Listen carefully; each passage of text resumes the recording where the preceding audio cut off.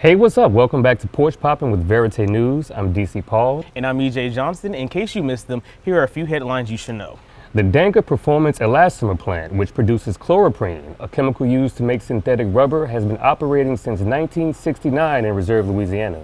Last year, the group, the Concerned Citizens of St. John, celebrated victory when the U.S. Environmental Protection Agency launched an investigation into possible violations of the Federal Civil Rights Act by the state agencies that are responsible for protecting the communities from pollution. The victory was short-lived. In June, the EPA, facing a lawsuit from Louisiana Attorney General Jeff Landry, announced that it would be dropping the matter. But Landry, a conservative Republican and the current frontrunner to succeed Democrat Governor John Bel Edwards in the state's 2023 gubernatorial election, refused to back off. The Attorney General is pushing ahead with the lawsuit, which could have major implications for the Civil Rights Act. In the suit, Landry argues that the Biden administration is giving privileges to some groups based on race, that the EPA cares more about who is living near the industrial pollution than the pollution itself, a situation his side describes as a dystopian nightmare.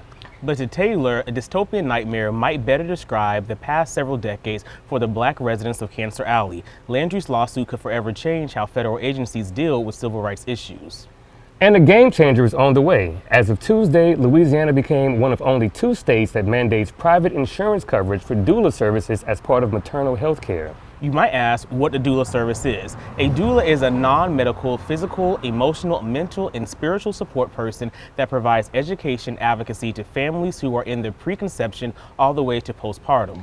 Medical organizations, including the American College of Obstetricians and the Centers for Disease Control and Prevention, have documented the benefits of doula services: lower rates of cesarean sections, shorter labor hours, and fewer complications during and after birth.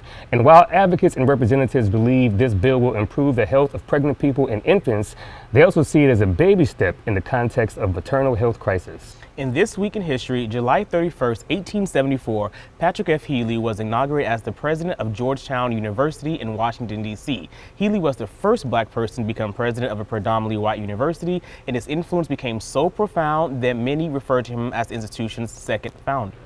And that's all we have for you this week. Thank you so much for hanging out with us, and don't forget to visit veritenews.org for these headlines and more. Plus, follow us across all social media channels. Stay cool, and we'll see you next week.